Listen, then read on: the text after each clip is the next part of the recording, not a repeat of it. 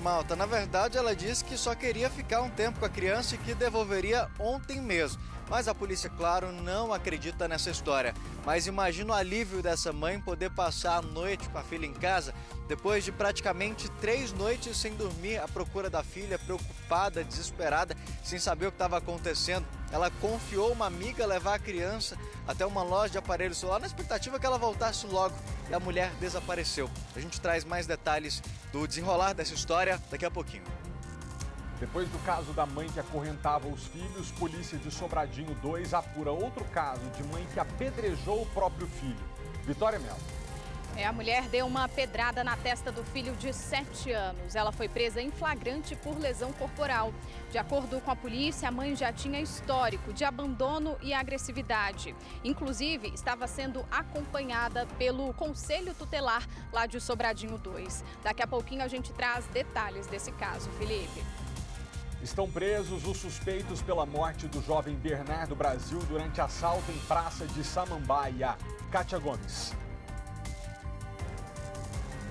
Exatamente, Malta. São 2 envolvidos. Um de 23 anos, que foi o executor da facada, e o comparsa de 25 anos. Agora a polícia também investiga a participação de um terceiro envolvido nesse caso. Aquela imagem não vai sair da nossa cabeça tão cedo. Quase 500 mil campos de futebol. Essa é a área do nosso Cerrado que foi derrubada só no primeiro semestre desse ano. É o que mostram dados de um novo sistema de alerta ambiental.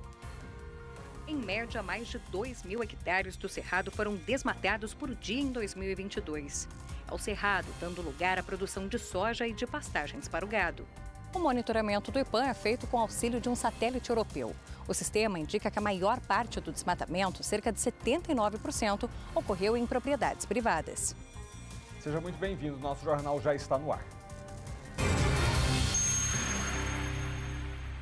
A Polícia Civil prendeu na manhã de hoje 2 suspeitos do latrocínio do jovem Bernardo Brasil Pérez. Óbvio que vocês se lembram desse caso, do qual a gente tratou bastante aqui na semana passada. Esse estudante, veja a imagem, tinha saído de um shopping no Guará, estava acompanhado da namorada. Olha a tentativa de assalto.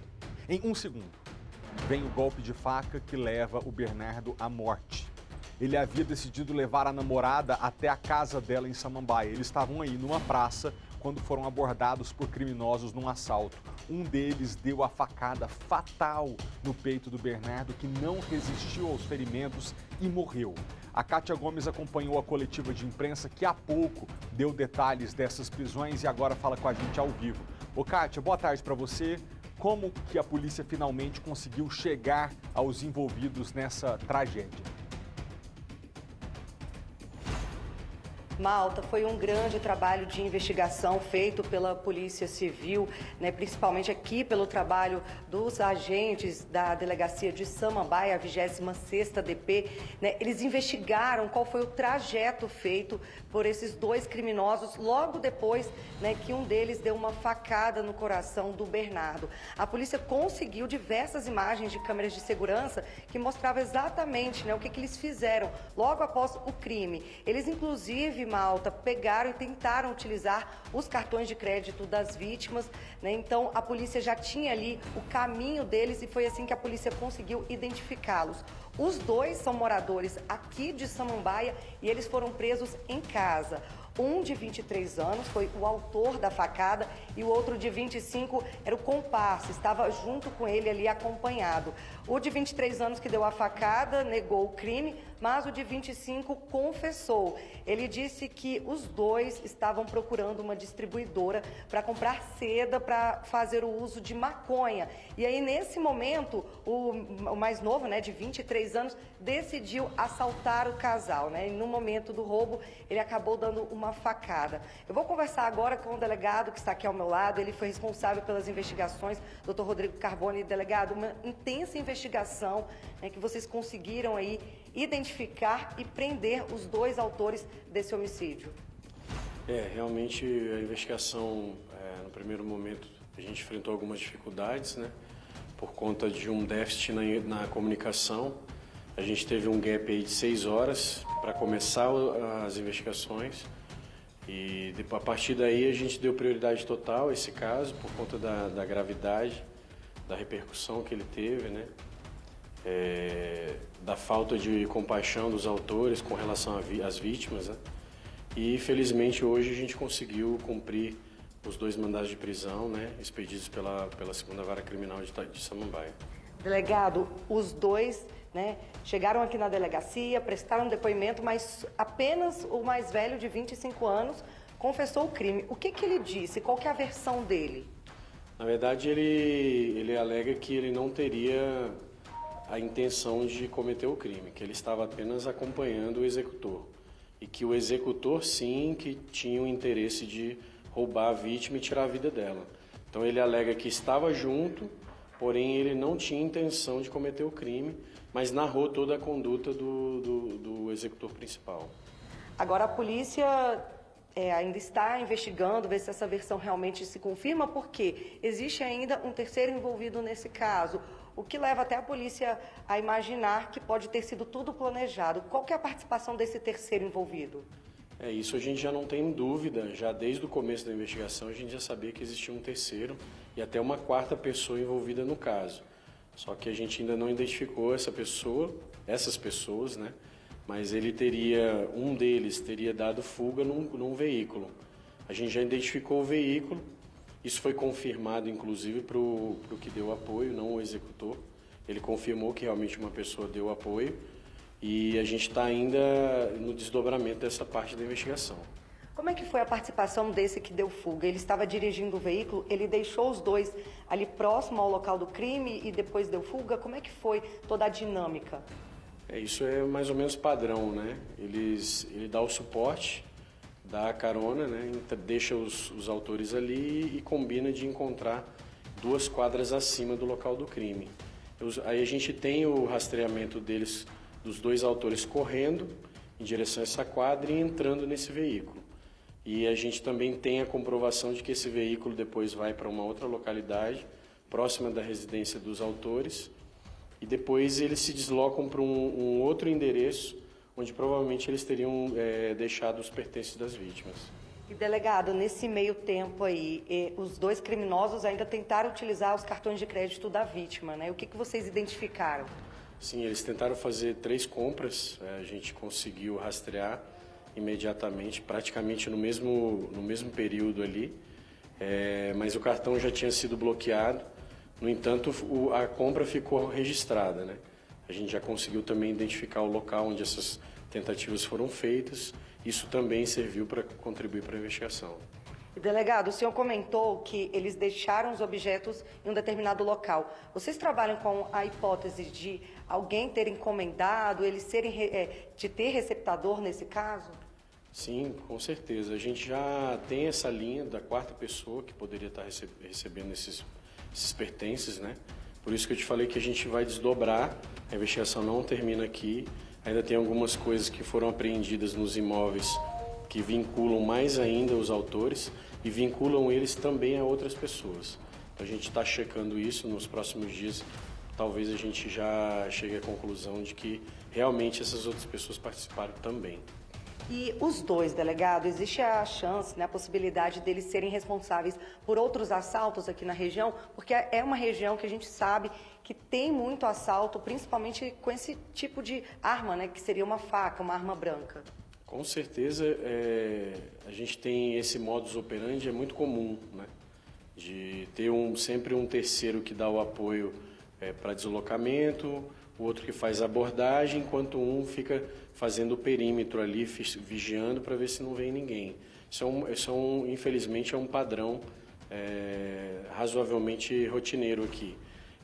O problema é que muitas vítimas ainda não vêm registrar a ocorrência, né? A gente tem esse déficit ainda chamado uma cifra negra, que a gente chama isso tecnicamente, e isso prejudica algumas investigações. Então, a gente tem algumas denúncias anônimas também, que esse modus operandi naquele período também ocorreu, e não é descartada a hipótese de que eles tenham cometido outros roubos naquele mesmo dia. Delegado, e qual que é o perfil desses 2 presos? Já eram criminosos, tinham muitas passagens pela polícia, qual que é o perfil deles? Eles são bem jovens, né? Mas eles já tinham, o executor já tinha uma passagem, sim, O que deu apoio não tinha registrado contra ele nenhum crime muito grave. Tinha como uso de droga e tudo, mas não tinha nada muito grave, né? São muito jovens, né? O executor tinha passagem pelo quê? Ele tem uma passagem por receptação. Receptação. Em depoimento, o senhor falou, né, que o rapaz de 25 anos confessou. Ele disse que, ele comentou em algum momento que sabia que o colega tinha essa intenção de assaltar e até matar uma pessoa ou não? A versão que ele apresentou, ela fica isolada na investigação, porque ela não encaixa quando é comparada com os outros elementos que a gente já tem. Então, assim, em que pese ele diga que não tinha intenção, essa versão fica isolada no meio da investigação, como eu falei, porque ele entra em contradição vários momentos ali do interrogatório. A dinâmica que ele narra não é compatível com o tempo do crime, o tempo que eles chegam na residência, não bate. A vestimenta que ele usa, que ele narra, que não seria dele, a gente sabe que essa vestimenta está vinculada a ele.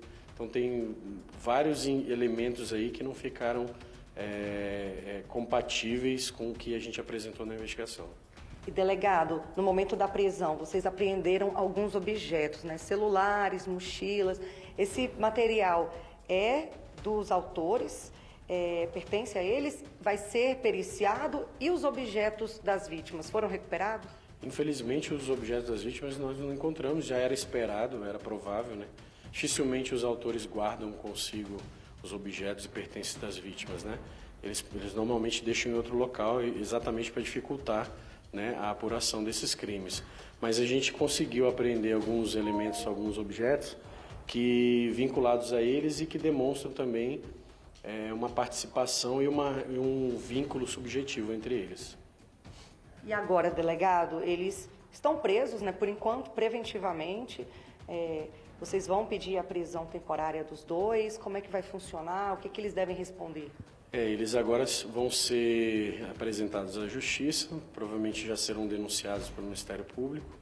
Nós indiciamos eles pelas práticas dos crimes de latrocínio consumado em relação ao Bernardo e roubo consumado em relação à Ana Lívia, né? Então eles podem pegar penas aí bem elevadas, a passagem de 55 até 60 anos de reclusão. Delegado, eu acho que vale até ressaltar o que o senhor comentou mais cedo na coletiva, que a delegacia aqui de Samambaia tem 100% de resolução desses crimes violentos. Isso é importante até mesmo para os criminosos ficarem alertas, que a polícia do Distrito Federal em geral, mas aqui de Samambaia principalmente, tem solucionado todos os crimes. Isso não é específico só de Samambaia, né? Graças a Deus a Polícia Civil do Distrito Federal em todo o território, né, do Distrito Federal apresenta um trabalho de excelência, né? É um orgulho fazer parte da nossa instituição. A gente tem no Brasil os maiores índices mesmo de elucidação e Samambaia não é diferente, né? A gente tem uma equipe que fica de sobreaviso 24 horas exatamente para solucionar esses crimes com a maior celeridade possível. Delegado, só reforçando, porque o trabalho demorou aí uma semana. Poderia ter sido um pouquinho mais rápido se a polícia tivesse comunicado o caso para a delegacia antes, né? Porque teve aí um déficit de 6 horas. Vocês poderiam até, inclusive, ter prendido eles em flagrante? Esse é um problema, né, também que a gente vem enfrentando. Rotineiramente isso tem acontecido, né? Há um delay aí, um gap aí entre muitas comunicações. Às vezes não chegam no momento em que elas precisam chegar, e aí isso inviabiliza as providências iniciais. Crimes dessa natureza, eles exigem uma investigação imediata, né? É sabido pela doutrina de investigação que quanto mais rápido você começa a investigação, mais chance de obter o resultado favorável você tem. Então a gente já saiu com esse déficit de 6 horas, né? Mas a gente conseguiu, graças a Deus, recuperar, e isso não foi motivo para atrapalhar, graças a Deus, o resultado da investigação. Delegado, só mais uma pergunta. A arma utilizada no crime foi localizada ou não? Por enquanto, essa arma não foi localizada, né? A gente tem algumas suspeitas do local onde ela possa estar, mas a gente ainda não conseguiu recuperar. A gente continua ainda investigando essa parte, como também a participação de outras pessoas.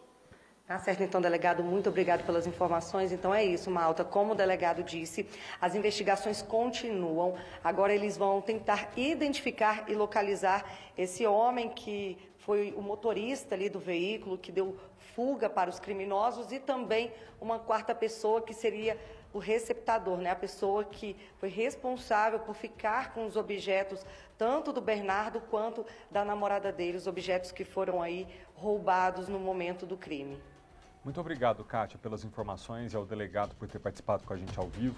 Eu acho que injustiça, a dor da mãe do Bernardo, a gente tem que comentar que sim, no Distrito Federal, em Samambaia, 100% dos crimes violentos são solucionados, no Distrito Federal beira os 90%, então está faltando o passo depois que a polícia pega o criminoso, que é que ele seja julgado e punido adequadamente, que ele seja apartado do convívio em sociedade. Para isso, é necessário que haja vaga no sistema prisional, haja vaga na cadeia, que nenhum criminoso perigoso seja colocado em prisão domiciliar porque não existe o semiaberto, que nenhum criminoso seja colocado num regime mais benéfico porque o mais rigoroso, que é o que ele merece, não tem como recebê-lo. Então, só para a gente fechar isso aqui rapidinho, de novo, estamos num ano eleitoral. É muito comum que muitos candidatos venham pedir seu voto dizendo que vão fazer e acontecer, que com ele o negócio é para pegar mesmo, que não tem conversa com bandido e parará. Vá pesquisar. Descubra se ele está fazendo só bravata na hora de pedir seu voto ou se lá na hora que pode, como representante, destinador de verba, de orçamento, ele se preocupa em resolver as coisas, em dar lugar adequado para esses dois criminosos que têm que estar na cadeia e que talvez não fiquem por muito tempo. Porque em algum momento vai chegar a hora, daqui a alguns poucos anos, deles irem para um regime mais benéfico, aí a justiça vai falar, não, mas aí semiaberto não tem vaga, vamos colocar em casa. Falta gestão. Não é com grito que a gente vai resolver a segurança pública no Brasil. É com pulso firme, inteligência e orçamento. O candidato em quem você vai votar está preocupado com isso de verdade? Sabe aquelas faixas de anúncio que a gente vê espalhadas pelos canteiros da cidade? Elas são proibidas, né? Um anunciante, irritado com a retirada das faixas, anda ameaçando quem retira ou rasga essas faixas nas ruas. Propaganda de graça por todo o canto. Vende-se um apartamento lá na 207. Está até desocupado. Na 303 tem outra faixa oferecendo apartamento que nem fica aqui na mesma quadra. Essas são algumas das que sobraram, porque constantemente as faixas são destruídas. E isso não agradou muito os fabricantes das faixas. Neste fim de semana, entre a quadra da 107 e 108 Sul, amanheceu com um anúncio um pouco diferente. Com um tom ameaçador, a frase: "Senhor cortador de faixas, estou à sua caça. Não vai gostar de me encontrar." Nas redes sociais, o assunto repercutiu. Era só o que faltava. Dos dois lados. A faixa ameaçadora estava aqui, mas já foi retirada. Isso porque faixas de publicidade são proibidas no Distrito Federal. Só de janeiro a julho desse ano, foram retiradas 48.224 faixas das ruas de Brasília, número muito maior do que o total do ano passado, que foram 43.507 faixas. Além de serem proibidas, são um grande incômodo para os moradores. Nesta segunda-feira, eles até se reuniram na entrequadra da Igrejinha para discutir esse problema. De acordo com a conselheira da Asa Sul, os próprios moradores resolveram retirar as faixas. Mais rápido, porque o DF legal demora muito. Mas tem de tomar cuidado. O Caio foi fazer isso e o caso foi parar na polícia. A pessoa disse que não aceitava isso. Eu expliquei que existe uma lei distrital que proíbe colocar a faixa, não quero nem saber de lei e vou te dar uma marretada na cabeça. Eu falei, vai me dar uma marretada na cabeça? Isso é uma ameaça? É uma ameaça. Eu falei, então vamos para a polícia. E denunciei. Está aqui o boletim de ocorrência. Sobre a faixa ameaçadora, ninguém sabe quem colocou e nem quem tirou. Mas a indignação dos moradores só aumentou. O que interessa saber é quem é o autor da ameaça, que é certamente o infrator, quanto mais que instala essas dezenas de faixas todos os finais de semana aqui na Asa Sul. Tá simples de descobrir, foi na rua comercial, só pegar a câmera de segurança ali, bem naquele café da esquina e descobrir quem é que colocou. não é? Não pode. Se todo mundo puder colocar faixa, aí vai ter faixa de mercado, loja de cimento, faixa de gente que quer vender móvel usado. E aí, a partir desse momento, a gente deixa de ter uma cidade organizada e passa a ter um grande outdoor comercial para todo lugar que a gente for. Regra é para organizar a vida em sociedade. Esse senhor fez muito bem de levar o caso para a delegacia quando foi ameaçado. Sobre a reportagem, a Secretaria DF Legal informou que há uma lei distrital que proíbe esse tipo de publicidade. O infrator pode pegar uma multa de até R$ 1.870. Quem quiser denunciar a atividade ilegal é só ligar no 162 ou acessar o site do DF Legal. Você já percebeu que a seca esse ano chegou com força total, não é? Nariz sangrando, tá difícil. Mas tem um outro problema muito grave, tá? Isso é muito preocupante, porque quanto maior a seca, além das nossas questões de saúde, maiores são os riscos de incêndio em matas e florestas. O que muita gente ainda não sabe é que o simples ato de riscar um palito de fósforo, por exemplo, para queimar um lixo, ou então jogar uma bituca de cigarro, é uma das principais ameaças à flora e à fauna. Na seca, gente, qualquer fagulha é suficiente para começar um incêndio de grandes proporções, que vai ser dificílimo de controlar. E a natureza é a maior vítima. Mas é lógico, a saúde da gente, a saúde das pessoas, a sua própria, também são prejudicadas. Provocar queimadas é crime, sujeito a multa e prisão. Então, fica aqui o recado. Caso você veja alguém praticando esse ato prejudicial ao nosso meio ambiente, que é uma covardia com os bichos também, que morrem queimados no meio do fogo, é uma covardia com todos nós. Se você vir alguém fazendo isso, ligue para 193 e denuncie. A natureza agradece. Governo do Distrito Federal. A gente vai ter que chamar um rápido intervalo, mas antes, falando em secura, deixa eu ver como é que está o tempo lá fora. Pode abrir a janela, bora ver. Olha aí, o céu está até meio acinzentado, isso é fuligem, né? Temperatura nesse momento, calor mesmo, 31 graus. E a umidade relativa do ar está em 17%. Chegou a hora de você correr para tomar um golinho d'água. E aí volta para a sala de TV que nós também voltamos já já. 12:06, e antes da gente continuar o conteúdo, eu tenho um convite para você. Muito legal! Mês de outubro, mês que vem, é meu aniversário. E nesse ano vai ter festa. O SBT quer convidar você, nosso telespectador, para a minha festinha de aniversário. Vai ser uma gravação especial do É Sábado, no Teatro do Brasília Shopping, a quem desde já eu agradeço por receber os nossos convidados. Gente, vai ter música, banda ao vivo, brincadeira, doce, bolo, lembrancinha de festa. Vai ser um aniversário completo. E a gente quer que você venha. Você quer ser meu convidado? É muito simples. Basta você acessar agora o Instagram do SBT Brasília, que é @SBT Brasília, e clicar lá no link da bio. Sabe como é que é? Você pega o Instagram, vai @SBT Brasília, tem um link lá na bio. Aí você cai na página de inscrição. Como é que funciona depois disso? Você coloca seus dados e responde por que você merece ser convidado ou convidada para minha festinha de aniversário. Os telespectadores que enviarem as melhores respostas vão ganhar o convite. Vai rolar a festa e vai ser bom demais. Faz tempo que eu tô querendo fazer uma festinha de aniversário para chamar você que nos acompanha, e esse vai ser o nosso momento. São pouquíssimas vagas, tá? Não tem como a gente receber todo mundo, então quem mandar as melhores respostas, a nossa produção, o nosso departamento de marketing entra em contato e fala: você foi convidado. @SBT Brasília, vai rolar a festa. De volta para o nosso noticiário, agora você vê o desfecho do caso da criança que foi sequestrada na última sexta-feira por uma amiga da família. 3 dias depois de ser raptada, a bebê de 7 meses voltou para os braços da mãe. Você acompanhou essa cobertura aqui no jornal ao vivo ontem, mas a gente vai relembrar a dinâmica desse caso. O sorriso aliviado da mãe ao descer da viatura representa o fim de uma angústia que já se arrastava há 3 dias. Tava sentindo muita saudade da minha filha, dormia perto de mim, é carinhosa, é alegre, doce. Desde segunda-feira, Camila estava atrás da pequena Gabriele, de apenas 7 meses de idade. Ela foi vista pela última vez nessa loja de aparelhos celulares na sexta-feira. A mulher que aparece nas imagens é Natália Santos Souza. A suspeita se apresentou na loja como Jéssica e desapareceu depois de sair com a criança. Da loja, a mulher chegou a passar na casa de alguns parentes com quem não tinha muito contato. Ela apresentou a criança como se fosse filha dela e logo depois foi embora. Aqui na delegacia, ela disse que caminhou com a menina até chegar em Lusiânia. Lá, enquanto pedia comida, foi reconhecida por 2 mulheres que ajudaram na prisão. As duas mulheres e a suspeita foram levadas juntas para a delegacia. As testemunhas que avisaram a polícia onde a criança estava. Duas moças ontem deram comida para ela, deram leite para a criança, só que ela disse que morava em Santa Maria e voltaria para Santa Maria. Só que depois de algum tempo, já no horário de comer novamente, essa moça, né, com a criança voltou, pediu novamente comida e aí ela estranhou, começou a ficar desconfiada.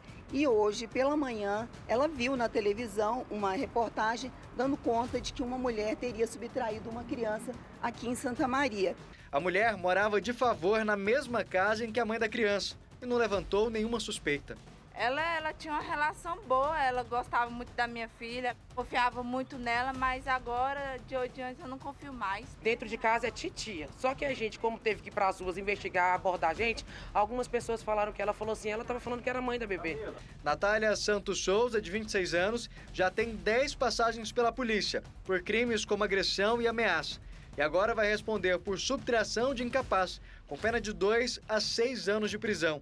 Ela deve passar por audiência de custódia nesta terça-feira.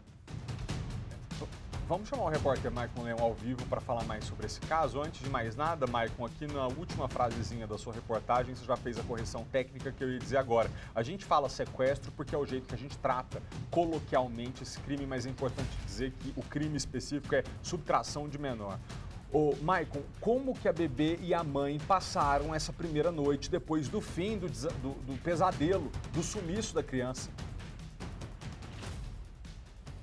Coloca pesadelo nisso, viu, Malta? Boa tarde para você, para todo mundo ligado no SBT Brasília. Aqui em Santa Maria, o clima foi realmente de festa, de um alívio, porque não era só a mãe e as pessoas que moravam nessa casa que estavam desesperados atrás dessa criança, fazendo buscas, checando todas as informações que chegavam, porque eles anunciaram nas redes sociais, fizeram vários cartazes, inclusive saíram espalhando cartazes aqui pela região, justamente pedindo ajuda, pedindo informações que pudessem levar ao paradeiro dessa bebê de apenas 7 meses de idade. Então, assim, ter essa criança de volta em casa, com saúde, em segurança, foi realmente um motivo de muita festa. Ontem, logo depois da delegacia, a Camila e a criança foram direto para um hospital, onde passaram por avaliação médica. Felizmente, a criança está bem, não estava desidratada.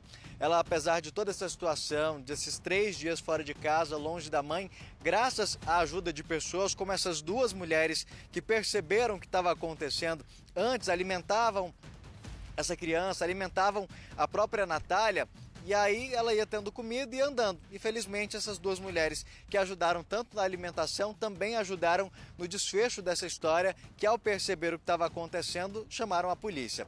Para você que está chegando agora no caso, entender, tudo começou na sexta-feira. As duas moravam na mesma casa, numa residência aqui em Santa Maria, de favor nessa casa, e ao longo de alguns meses criaram uma certa convivência. Tanto que a Natália chegava a ajudar a cuidar dessa bebezinha. E isso acabou gerando também na mãe, Malta, uma confiança. E aí na sexta-feira, ela conversando com a mãe, disse que precisava ir numa loja de manutenção de aparelho celular, que ela estava tendo um caso com um rapaz nessa loja, que ele consertaria o celular para ela de graça. Mas pediu para levar a bebê com ela no caminho. E a mãe, justamente por conta dessa convivência, desse contato que tinha, a Natália chegava a cuidar da criancinha na casa, ajudava em todas as tarefas, ela confiou, pensou que rapidamente ela iria e voltaria para casa. Só que isso era por volta de 10 horas da manhã de sexta-feira. E aí deu 11, 12, se estendeu pela tarde inteira e a Natália simplesmente desapareceu com essa neném. E aí começaram as buscas, mãe desesperada, já passou a noite de sexta para sábado sem dormir. No sábado conseguiram localizar essa loja de aparelhos celulares, chegaram lá, conversaram com os profissionais que trabalham, elas falaram assim, ela realmente esteve aqui, mas aqui ela não chamava Natália não. Aqui ela disse que se chamava Jéssica. E aí foi quando começaram a circular aquelas imagens das câmeras de segurança em que a gente vê a mulher realmente com todos os cuidados com a criança, olhando apenas por aquelas imagens, a impressão que a gente tem é que aquela mulher realmente fosse a mãe da criança. Ela tem todo um cuidado, coloca no carrinho, tira e depois que ela sai da loja, ela simplesmente desaparece. As investigações da Polícia Civil apontaram o seguinte, Malta, ali daquela loja, ela passou na casa de alguns parentes com quem não tinha muito contato. Um tio, por exemplo, disse para esse tio que era filha dela e depois foi embora sem muitos questionamentos. O tio, como não tinha muito contato, não via ela há mais de anos, não chegou a desconfiar da situação. Uma prima chegou a desconfiar, mas disse que olhou direitinho, a neném parecia como se fosse dela, acreditou e no fim ela foi embora e ninguém desconfiou de nada. Só no dia seguinte, quando a bomba estourou, digamos assim, que eles se atentaram que, opa, era a Natália e aquela neném não era dela. Dessas casas de parentes, ela seguiu caminhando, algumas informações assim extraoficiais de que ela teria inclusive pegado um ônibus para seguir até a Lusiânia, lá na região do Jardim Gá. Na delegacia, ela disse que foi caminhando para lá, parando embaixo de árvores, pedindo ajuda e que inclusive essas 3 noites que elas passaram fora de casa, elas dormiram embaixo de uma árvore. Ela disse que a criança tinha uma mantinha, por isso ela conseguia manter ela aquecida para que não passasse frio e também que ela se alimentava com a ajuda de outras pessoas. Depois dessa história, ela começou a pedir comida mais de uma vez, já lá no Jardim Gá, nessa mesma casa.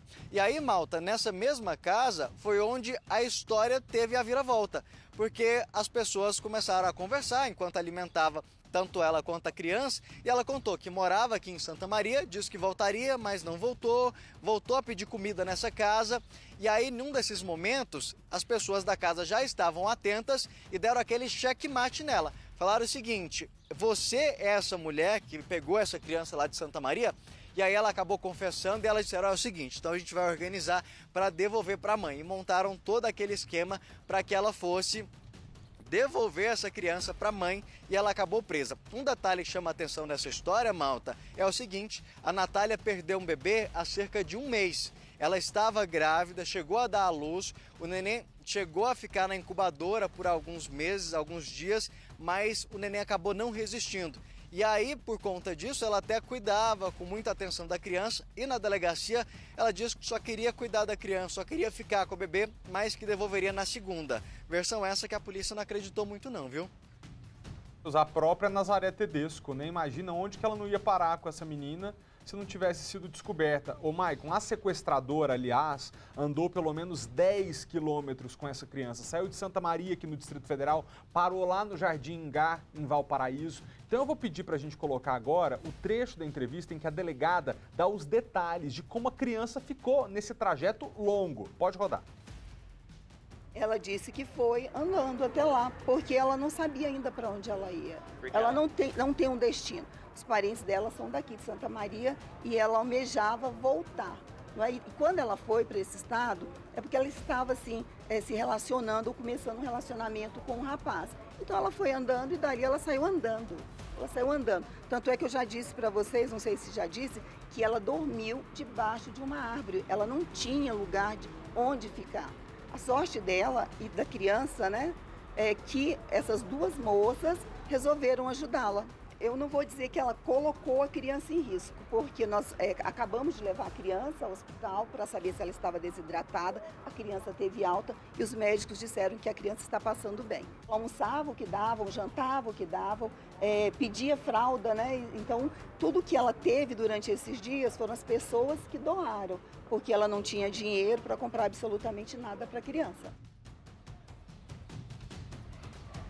Malta, eu fiz um cálculo rápido aqui no mapa e daqui até o Jardim Gá, lá em Lusiânia, dão cerca de 20 quilômetros, ou seja, é um trajeto muito grande para que você faça a pé.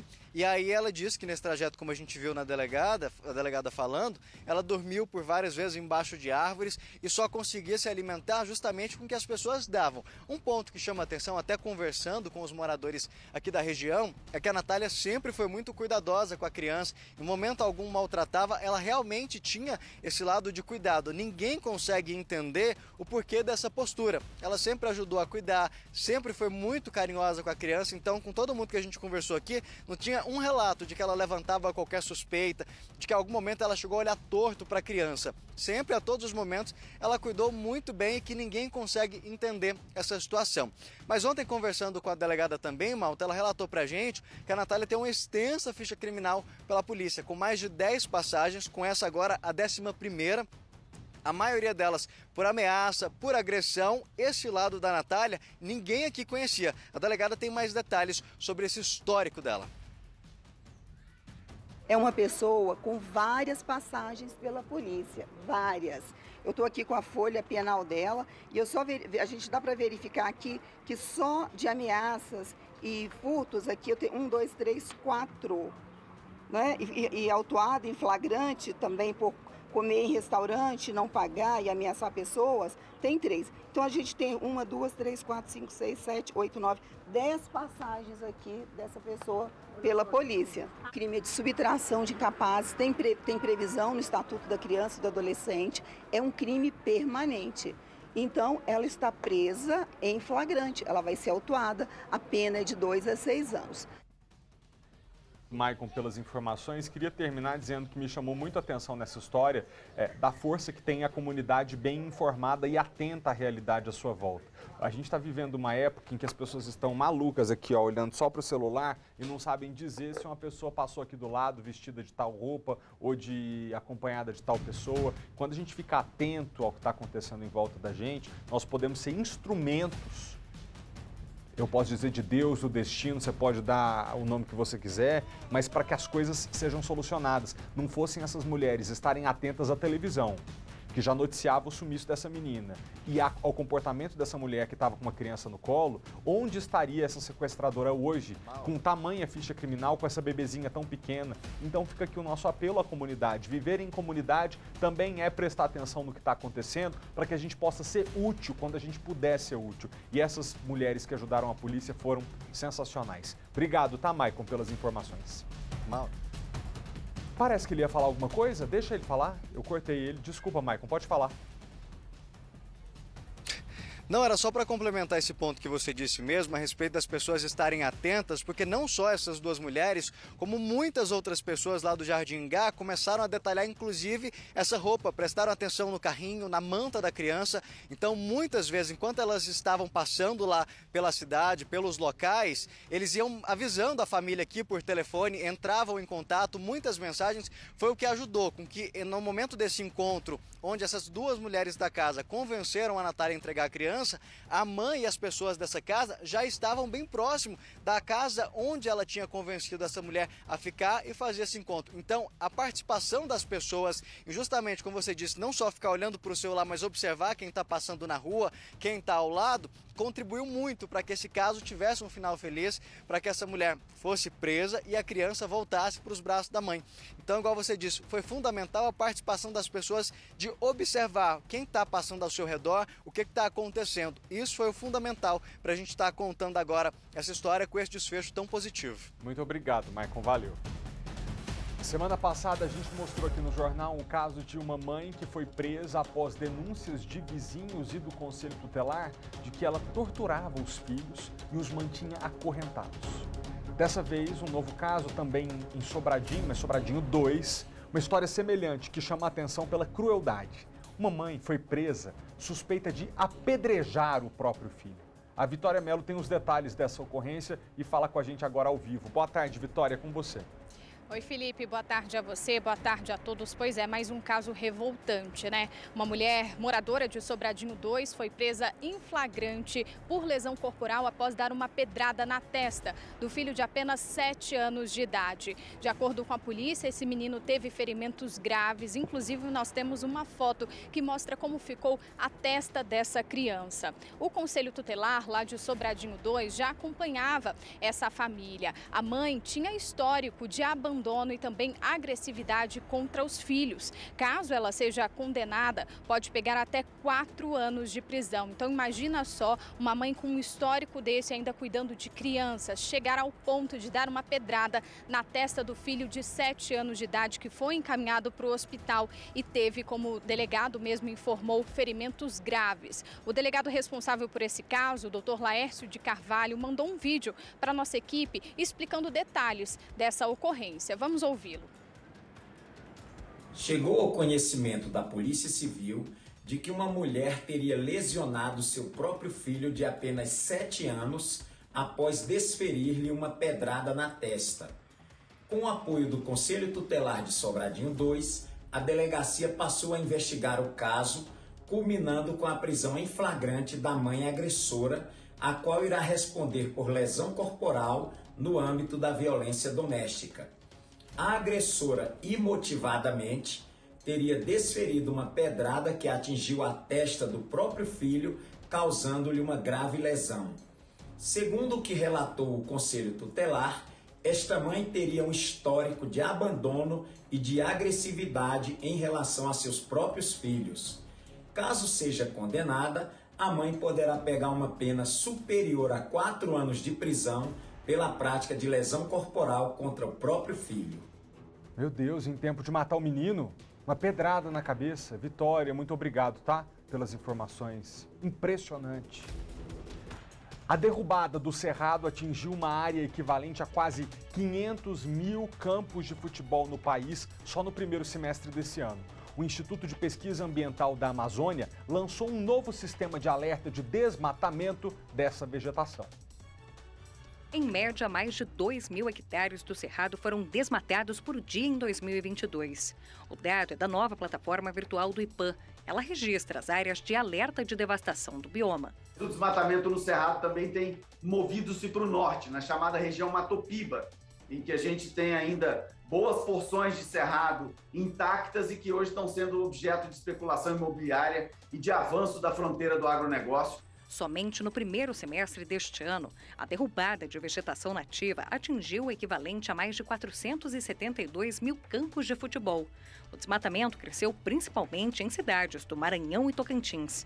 É o Cerrado dando lugar à produção de soja e de pastagens para o gado. O monitoramento do IPAM é feito com auxílio de um satélite europeu.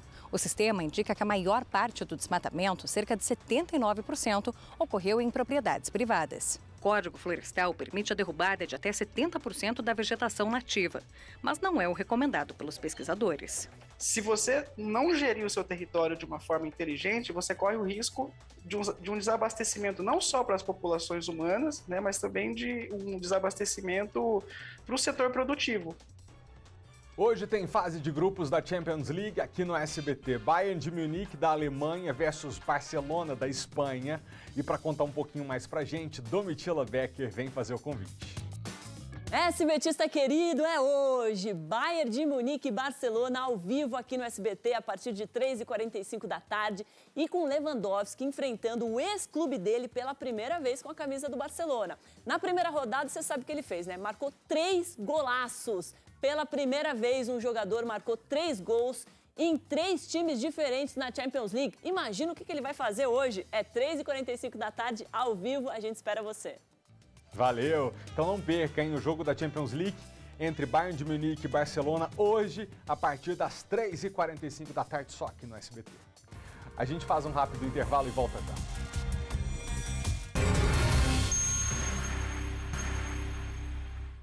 O laudo preliminar da perícia aponta que Emily Fabrini foi asfixiada com barro por um vizinho. A adolescente foi morta por um homem enquanto eles tinham relação sexual. O suspeito admitiu o crime, mas disse que não se lembra do que aconteceu. Ela tinha muitos sonhos. Ela jogava bola. O sonho dela era de ser jogadora de futebol. O desabafo reflete a dor de uma mãe que teve a filha assassinada. Emily Fabrini de Araújo foi morta na madrugada do último sábado pelo irmão de 2 vizinhas em Taguatinga. Segundo a mãe, a adolescente saiu de casa por volta das 10 da noite de sexta para visitar a amiga que morava ao lado. E no início da madrugada foi vista pela última vez acompanhada de Vandir Correia Silva, suspeito de cometer o crime. Preocupada com a ausência de Emily, Rosimeire registrou um boletim de ocorrência. Eu sempre falava para eles tudinho com Deus, sabe? Não confie em ninguém, não confie em ninguém. Enquanto registravam o desaparecimento da adolescente, policiais da 12ª DP em Taguatinga Norte foram informados que Vandir havia se apresentado e confessado o crime em Águas Lindas de Goiás. A sua filha Deus levou. Até aí eu não acreditei e tudo. Em depoimento, Vandir contou que estava mantendo relações sexuais com Emily em um matagal às margens da BR-070 quando alega ter sofrido um apagão. Ao acordar, encontrou a adolescente desacordada e tentou esconder o corpo. Vandir Correia Filho foi preso em flagrante e indiciado pelos crimes de feminicídio e ocultação de cadáver. Ele passou por audiência de custódia e a justiça decidiu que o suspeito deveria ser liberado. O resultado preliminar da perícia indica que a adolescente foi morta por asfixia com barro. Agora, para a família, Resta a lembrança de Emily e a esperança por justiça. Meu coração, eu sei que eu acabei de enterrar ela, mas pra mim ela pode chegar a qualquer momento, entendeu? Abrir o portão e pode entrar. A Polícia Federal fez uma operação na manhã de hoje para apurar a revenda de computadores roubados de órgãos públicos federais em lojas de informática da Asa Norte. Maicon Leão, quais são os detalhes que você tem? Exatamente, Malta. 2 mandados de busca e apreensão foram cumpridos aqui no Distrito Federal. É mais um desdobramento daquela operação que começou lá em abril, quando a polícia também descobriu, na verdade, que uma loja de informática lá da Asa Norte estava revendendo computadores que, na verdade, pertenciam ao Ministério do Desenvolvimento.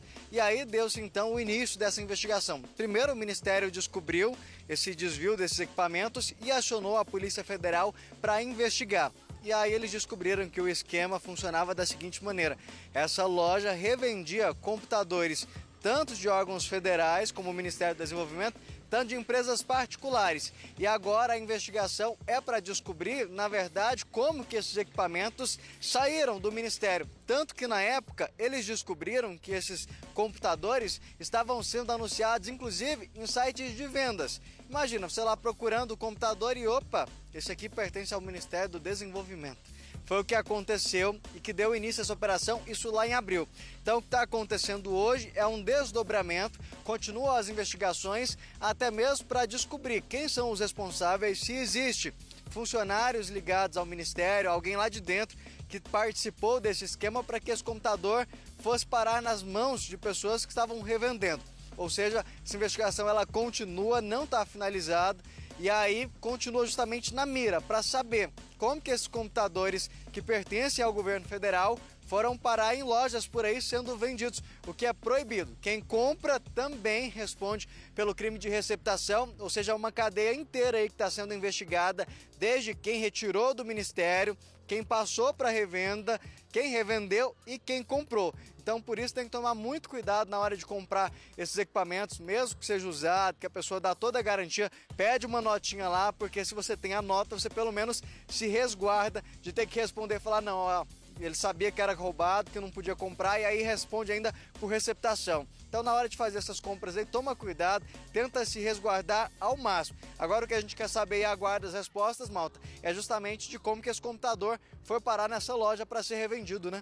Pois é, mas a Polícia Federal acerta muito de encontrar e investigar o revendedor, porque ele é o elo do processo que motiva toda a cadeia criminosa. É o revendedor que procura o bandido que furta ou rouba para poder receptar e revender, e é o revendedor quem é aquele cliente mais desonesto, talvez ignorante, ou vamos lá, talvez desesperado por algo mais barato, também procura para comprar um computador mais barato. Então é a ponta da linha que tem que ser atacada mesmo. Obrigado, Maicon. Deixa eu falar aqui rapidinho sobre o Na Praia, né? O festival que durou 3 meses, animou a nossa cidade, gerou milhares de empregos. Quem foi, conferiu grandes artistas da música nacional no palco em todos os fins de semana. Mas também outros artistas igualmente talentosos que deixaram esse festival muito mais bonito.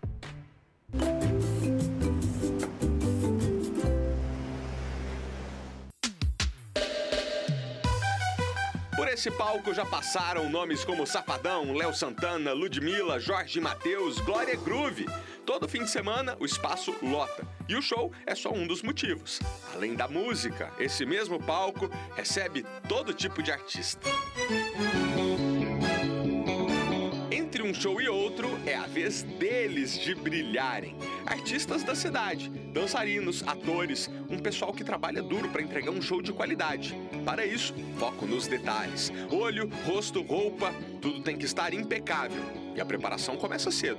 São ao menos 6 meses de ensaios, já pensou? Fora o planejamento teórico para se chegar a essa coreografia.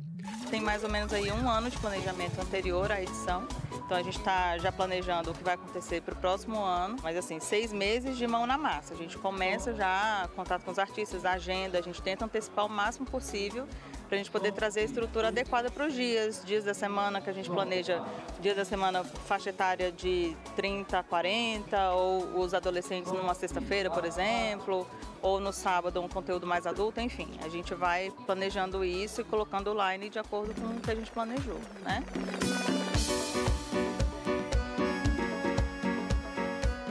Todos os anos, cerca de 35 artistas participam dessa experiência de imersão do público com o tema do Na Praia. Um tema que nesse ano é bem colorido. Para trazer o Havaí até o Cerrado, a equipe do Na Praia foi criteriosa. A gente tem toda uma preparação por trás, né? A gente faz a pesquisa do personagem, estudou o tema, né? Havaí, estudou todos os personagens, a gente passou para um workshop de criação de personagens também para a gente poder entrar mesmo de cabeça, e sem contar os ensaios que a gente tem, são vários ensaios antes, né? E a gente, durante o job mesmo, a gente vai ensaiando para a gente poder fixar a coreografia e poder entregar o nosso melhor, né? É uma rotina puxada, tá? O trabalho da equipe artística do Na Praia começa às 3 da tarde todos os dias. É uma canseira que vale a pena, não é não, João? É muito gratificante, né? Você poder tirar um sorriso de uma outra pessoa, você tirar a surpresa de uma pessoa, os olhares, os abraços, né? Então, pra gente é muito gratificante fazer isso como artista, porque às vezes, por mais que você não esteja bem, aquele sorriso da outra pessoa te faz bem. Então, eu vou pra casa, assim, com o meu dia ganho, realizado, né? De verdade. Ainda dá tempo de conferir. As apresentações acontecem em 3 momentos do litoral brasiliense. Na chegada dos convidados, na área da piscina e depois no palco principal, antes do grande show da noite. Sincronia não falta.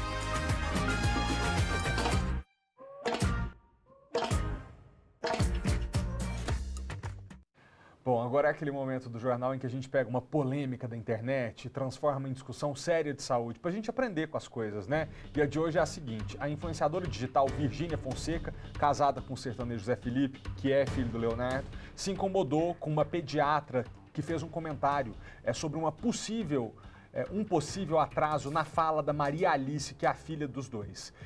O desenvolvimento da fala da criança virou alvo de comentários, apenas as pessoas se baseando nos vídeos que a família posta. Isso gerou revolta da Virgínia. Sobre esse assunto, a gente fala agora com a fonoaudióloga Bárbara Aires. Bárbara, boa tarde, obrigado pela presença aqui no jornal, obrigado por ter aceitado o convite. Explica pra gente, cada criança tem seu tempo para desenvolver fala, né? Ou tem mesmo uma data marcada para os bebês começarem a falar? Boa tarde para você.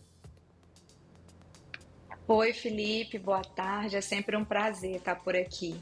Olha, cada criança tem seu tempo, mas a gente precisa levar em consideração que existem os marcos do desenvolvimento. Ou seja, a gente não pode esperar que cada criança fale no tempo dela. Ou seja, se seu filho, que é o caso da Maria Alice, entre 1 ano e meio, 2 anos, ele não está falando, a gente precisa procurar uma ajuda. É muito difícil a gente fazer uma avaliação usando recortes do Instagram, como foi o caso e essa polêmica toda. Mas o que a gente pode entender é que quando a criança completa ali 1 ano e meio, 2 anos, ela precisa ter um vocabulário de 50 a 100 palavras. Isso a gente precisa levar em consideração. Então existe mesmo um momento em que, se a fala da criança não surge naturalmente, pais e mães têm que ficar atentos para poder, se não tratar um eventual problema que esteja acontecendo, se livrar, ficar com a consciência tranquila de que foram buscar, talvez o menino que não está querendo conversar, é que tem um filho de uma amiga minha, da Delvânia, lá em Uberlândia, amiga da minha mãe, que ele demorou também a falar, você acredita, o menino? E aí, mas agora ele fala tudo. Acredito. Acontece, né, às vezes. Deixa eu só te pedir licença rapidinho, só pra gente ver aqui o que os pais da Maria Alice desabafaram nas redes sociais. Pode rodar. Galera, seguinte, vi a Virgínia postou lá uma médica falando da Maria no Twitter sem saber, sabe? Maria faz acompanhamento com o médico falou que tá tudo certo. Agora as pessoas, sem conhecer, sem ter a convivência, quer falar coisas que não sabe, saca? Paia. Doutora, pelo amor de Deus, filha. Vai curtir seu final de semana, vai beber uma cerveja, preparar para você ter o povo bem atendido, seus pacientes, na segunda-feira. Vai curtir com seu marido, ou com sua esposa, com seu namorado, quem que você quiser, vai do tiquinho. E pelo amor de Deus, isso aí pra mim chama dando bote. Não pode ser grosso também com o profissional, né, gente? Vamos aqui fazer um reparo. Evidentemente que os pais estavam ali chateados com a situação, mas não pode ofender, hein, Zé? Mas deixa eu falar uma coisa aqui, Bárbara. A questão é essa, os influenciadores postam trechos dos vídeos da vida deles, a pessoa talvez ali pela internet não tenha ideia do contexto, e aí fica dando opinião na vida das outras pessoas. Realmente tomar uma atravessada dessa de volta talvez seja assim, um recado de, deixa eu te falar, pra você falar aqui da minha filha, é melhor você conhecer. Quem haveria de imaginar que a filha de 2 artistas famosos e ricos, né, não teria acesso a um serviço de saúde para entender se há problema ou não com a fala da criança, né? Mas você que está aqui falando para a gente hoje e com os nossos telespectadores, é o que você disse, existe mesmo um marco temporal para a gente ficar atento. Isso, existem os marcos do desenvolvimento, a gente precisa se atentar a ele. Se o seu filho completa 2 anos e ele não anda, você não vai esperar cada criança no seu tempo. Então, se o seu filho está ali por volta de 1 ano e meio, 2 anos e não fala, você precisa procurar a ajuda de um profissional e esse profissional é o fonoaudiólogo. Não vamos esperar. As nossas crianças não podem ficar esperando cair do céu essa fala. A gente tem que investigar, ir atrás e verificar o que é que está gerando esse possível atraso, que não é o caso da Maria Alice. Combinado. E só pra gente terminar, Bárbara, simpatia de botar o pintinho piando perto da boca da criança, fazer ela tomar água numa concha grande. Não, né? Não, não mesmo.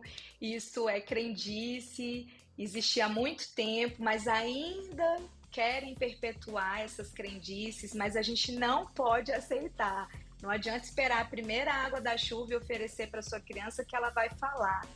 Nesse caso, você está com dúvida, está incomodado, precisa levar para uma avaliação fonoaudiológica. Nada de crendice popular com os nossos filhos, com as nossas crianças. Muito obrigado pela sua presença e até a próxima. Obrigada. Ai, meu Deus. Se eu for listar aqui o tanto de simpatia, de crendice que tem no interior de Minas, eu vou até 1h da tarde. A gente volta a falar agora sobre a prisão da dupla envolvida no latrocínio do jovem Bernardo Brasil no último dia 2 de setembro. A repórter Kátia Gomes está lá na rua onde esse crime foi cometido, em frente à casa da namorada do Bernardo, e tem informações pra gente. Kátia, é com você. Oi, Malta, boa tarde para você novamente, boa tarde a todos. Pois é, eu cheguei até aqui, tentei encontrar a Ana Lívia, que é a namorada do Bernardo, mas infelizmente ela não está em casa, porque depois de tudo que aconteceu, ela foi passar um tempo na casa dos pais que moram em Minas Gerais. Ela ainda está muito traumatizada, mas a avó da Ana Lívia topou conversar com a gente, claro, sem se identificar, porque ela ainda está com medo, né, de tudo que aconteceu, mas ela topou conversar com a gente e falar um pouquinho desse sentimento agora de alívio com a prisão dos 2 envolvidos. O crime foi na porta, que praticamente na porta da casa, né, da avó da Ana Lívia, bem aqui na esquina, muito próximo à residência. Então, o sentimento de medo ainda é muito grande. Muito obrigada, senhora, pela coragem de falar com a gente aqui no SBT Brasília. Como é que está a Ana Lívia depois desse crime, né? Ela está muito abalada? Está, sim, tá. Muito ainda. É tanto que ela, às vezes que liga para ela, não quer conversar, né? A mãe dela que sabe melhor do que eu. A senhora também está bem abalada? Todo dia eu choro, eu não lembro disso. Todo dia. É muito triste acontecer isso com a família. Porque eu acredito que todo mundo estava bem, todo mundo estava feliz, né? E aconteceu isso de repente, assim. Eu queria que ele tivesse vivo. Não que pra mim, esses caras que vai ser preso, pra mim eu acho que não alivia muita coisa, não. Pode aliviar para quem que tá aqui ainda, né? Tá vivo. Mas para quem foi, é muita coisa. Eu estou vendo que a senhora realmente está muito emocionada. A gente estava conversando, a senhora comentou, a Ana Lívia ela tinha ali um pouco de depressão. Depois desse quadro, ela até chegou desse caso, ela até chegou a ser internada, né? Como é que está o quadro de saúde dela hoje? Está razoável, porque ela está lá com a mãe, com o pai, né? E eu acho que é isso. Mas ela ficou internada, né? 2 dias. Depois do enterro, ela desmaiou. E ela ficou 2 dias internada.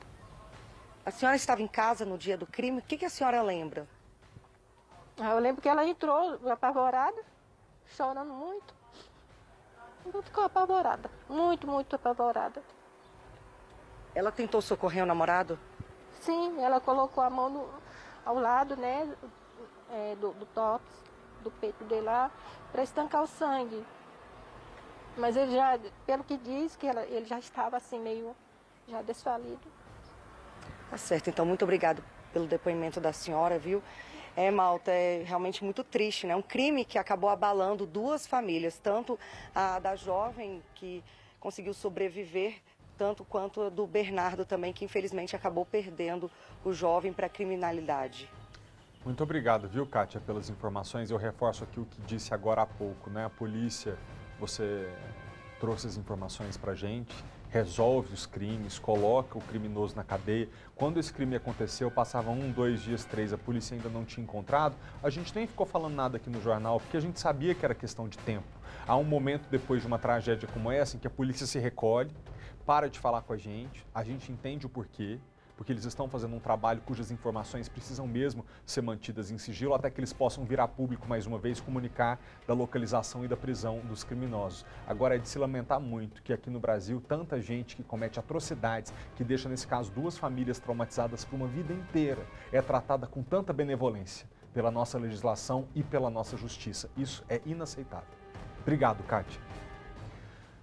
Operação Mal Vizinho. Em Vicente Pires, um homem tentou matar 2 vizinhas por causa de confusão na rua durante a instalação de um brinquedo pula-pula para a festa. Vitória Mello, o que aconteceu? É cada história, né, Felipe? Como você disse, né, esse caso foi lá em Vicente Pires. Mãe e filha estavam montando um pula-pula em frente à casa delas, né? Isso para uma festa de confraternização. Só que um vizinho de 36 anos chegou até o local e não gostou dessa instalação. Então começou a discutir com essas mulheres. Em um determinado momento, esse homem pegou garrafas de refrigerante que seriam usadas nessa festa e começou a agredir a mulher de 37 anos. Primeiro ele deu garrafadas nessa mulher, depois deu cadeiradas nessa mulher. O filho dela mais velho, né, dessa vítima, saiu da residência e tentou impedir ali as agressões enquanto a irmã dele, de 20 anos, ligava para a polícia. Só que apareceu um outro homem, um homem que não gostou dessa atitude da jovem de 20 anos de ligar para a polícia. Então ele pegou uma enxada e tentou ir para cima da menina. Ele não acertou a jovem de 20 anos, mas acertou a mãe dela. Deu uma enxadada na cabeça dessa mulher e depois foi agredir a jovem de 20 anos, espancou essa jovem, chegou a quebrar o maxilar dela. A família conseguiu correr para dentro da residência, se trancar dentro da residência e os autores tentaram ainda invadir a casa dessa família. Só que a polícia militar já tinha sido chamada e aí chegou ao local e os 2 homens conseguiram fugir. Só que o caso foi registrado na 38ª Delegacia lá de Vicente Pires, que conseguiu localizar um dos autores, esse vizinho de 36 anos que foi preso, está preso agora por dupla tentativa de homicídio. Felipe, o segundo autor continua foragido. Por causa de um pula-pula. É isso, né, Vicky? Um pula-pula leva um homem a tentar matar 2 mulheres, estraga com a própria vida se já não era estragada. Porque uma pessoa, para cometer um crime como esse, por causa da discussão de uma cama elástica, ou ela deve ter uma vida horrível, que não vale a pena viver em liberdade. Essa disposição que ele tem de sair de casa e ir pra rua, não tem como. Agora vai estar preso. Que absurdo. Obrigado, Vicky. Terminar o nosso jornal falando de uma bebida que muita gente gosta. Famosa branquinha, para abrir o apetite. Cuidado, viu? Porque cachaça não é água, não. Eu tô falando isso porque hoje, dia 13 de setembro, é celebrado o Dia da Cachaça. Uma bebida que até já foi proibida aqui no Brasil. Você sabia que a gente exporta a nossa pinga para mais de 60 países? O Maicon Leão preparou uma reportagem sobre esse dia, o Dia da Cachaça. Ela tem um dia para chamar de seu. O dia escolhido foi em homenagem à data em que a cachaça passou a ser permitida aqui no Brasil. Antes, a venda e a fabricação eram proibidas pela coroa portuguesa. A bebida foi liberada em 13 de setembro de 1661, depois de pressão popular. E de lá para cá, ela faz parte da nossa cultura. No Brasil é produzido por ano, em média, 1 bilhão de litros da bebida. Nossa cachaça é exportada para mais de 60 países.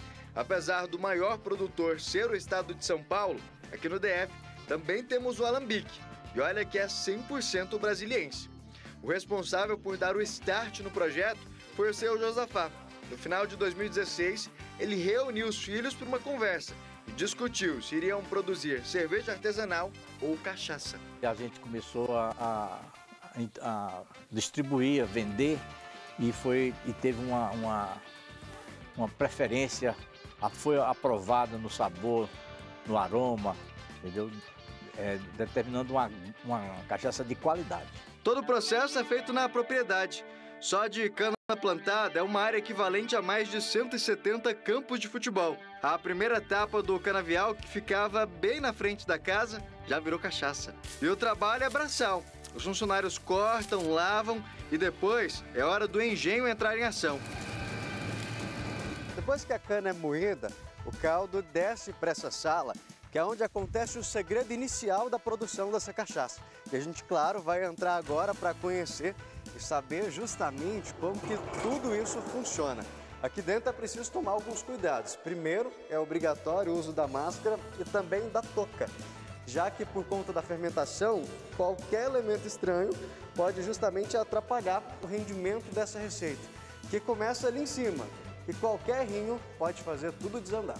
A gente fica medindo aqui com o sacarímetro, que está dentro aqui da mistura de caldo de cana com água potável, né? É uma água filtrada, potável, medida todo ano, tem as especificações de controle de qualidade e a gente vem jogando aqui a água para fazer essa diluição, tá? Esse equilíbrio. Esse equilíbrio, exatamente, para poder ter a mistura perfeita da matéria-prima perfeita. Olhando daqui de cima, parece até que o caldo de cana está fervendo.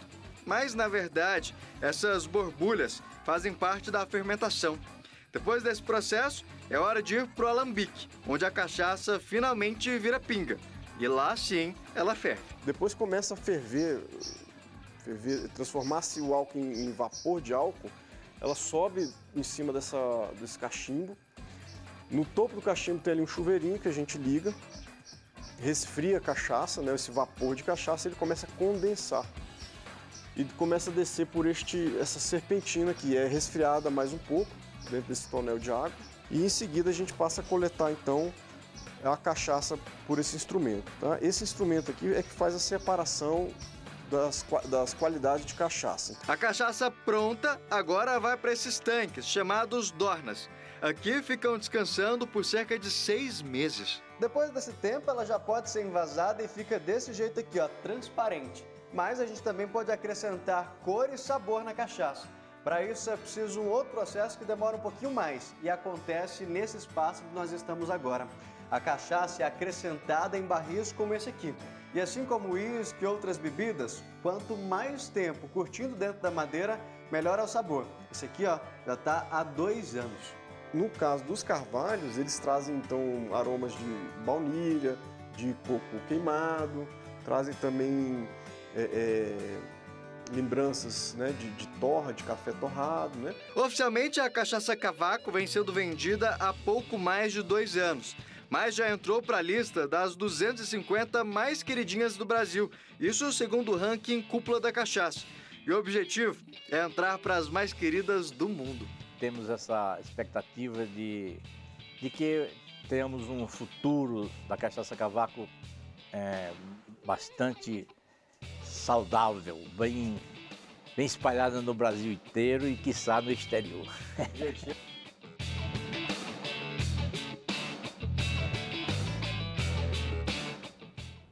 Coisa boa. Beba com moderação, hein? A gente termina a edição de hoje lembrando a você que mês que vem eu vou fazer uma festinha de aniversário e quero que você que está aí assistindo a gente seja convidado. Se você quiser ir, é muito fácil. Vá ao Instagram, @SBTBrasília, clica no link que está lá na bio e se inscreva. A gente tem lugares limitados, então você responde por que você merece ser convidado para essa festinha de aniversário e quem sabe você vai estar lá junto comigo. Bebida alcoólica não vai ter não, mas presente, bolo doce com certeza. Obrigado pela audiência, até amanhã. Tchau!